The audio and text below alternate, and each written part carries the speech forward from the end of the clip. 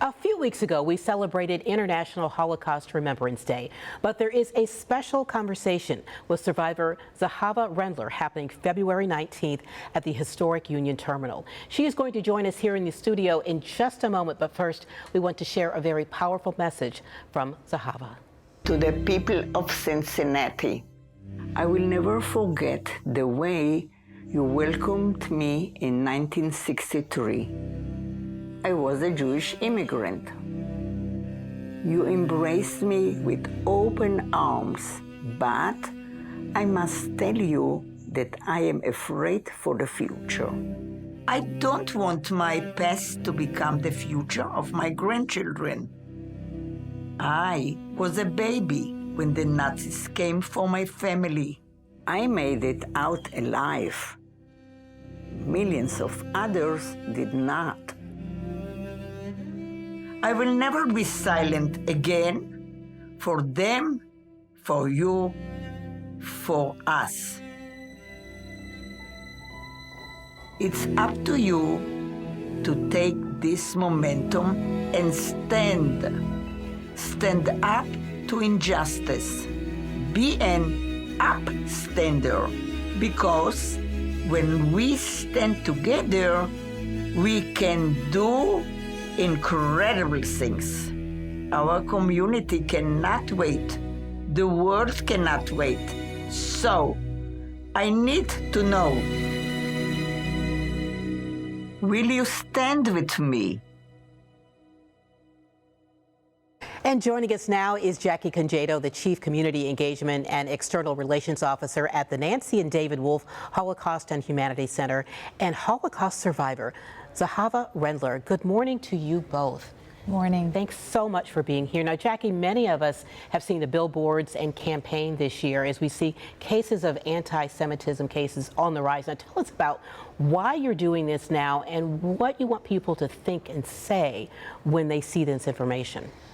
Yeah, so, we have this incredible privilege to share stories like Zahava's, and you'll hear more about that in a moment, to really inspire people. And this isn't just a message about the past, this is a message about the present. This is a message about how all of us have an obligation and a responsibility to stand up against anti-Semitism, against hatred, against intolerance, because we all have a lot at stake, a lot to lose if that goes unchecked. And so, we hope when people see the billboards, when they see, some of the commercials running, that they'll be inspired to think about their own place in the world and their own unique responsibility to stand up when they see or hear hateful things. Yeah. Because unfortunately, we know what can happen when hate goes unchecked. Now, Zahava, you survived the Holocaust as a baby when your family was in hiding. Can you tell us about that? Well, just hearing the word anti-Semitism evokes terrible memories for me. It is still a shock for me just thinking about my parents giving me away, forcing themselves to give me away to a place, an orphanage, a convent, a Catholic convent, being Jewish, Orthodox, and go to that extreme. And I'm always thinking, what were they thinking at that time? I'm sure they were hopeful that I will survive. And my parents did it because they wanted to save me from the Nazis. Very powerful story you have there. And Jackie, this really brings me to the mission of the Holocaust Center. Tell us about that. Yeah, so again, our mission is rooted in telling the stories of the past, honoring the stories of survivors like Zahava and their families. But not just for the sake of talking about the history. Really, our mission is to use these stories to inspire action today. And so, when you come and visit us at Historic Union Terminal, where we think about 2,000 survivors came on the train and started their lives over, started their journeys into freedom and rebuilding, that, you'll see this arc played through. You'll come and you'll understand the history. You'll understand the origins of some of what we're still hearing today in anti-Semitic tropes and behavior. But then you'll be inspired by stories of contemporary upstanders, people who are using their platforms and their strengths to make differences in our world on various issues.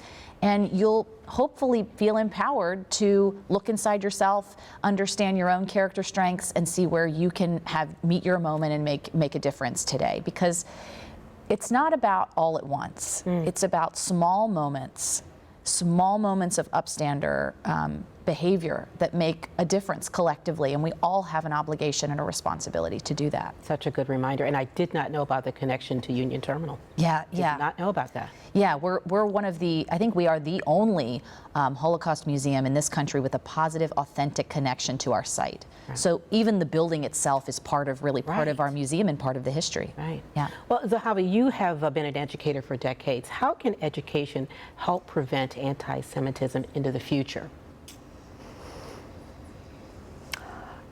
So, as being a teacher, I feel through education, we have to start to educate children from preschool, kindergarten, elementary school, high school, and the university.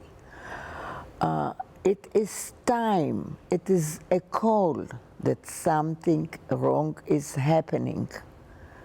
And we have to work very, very hard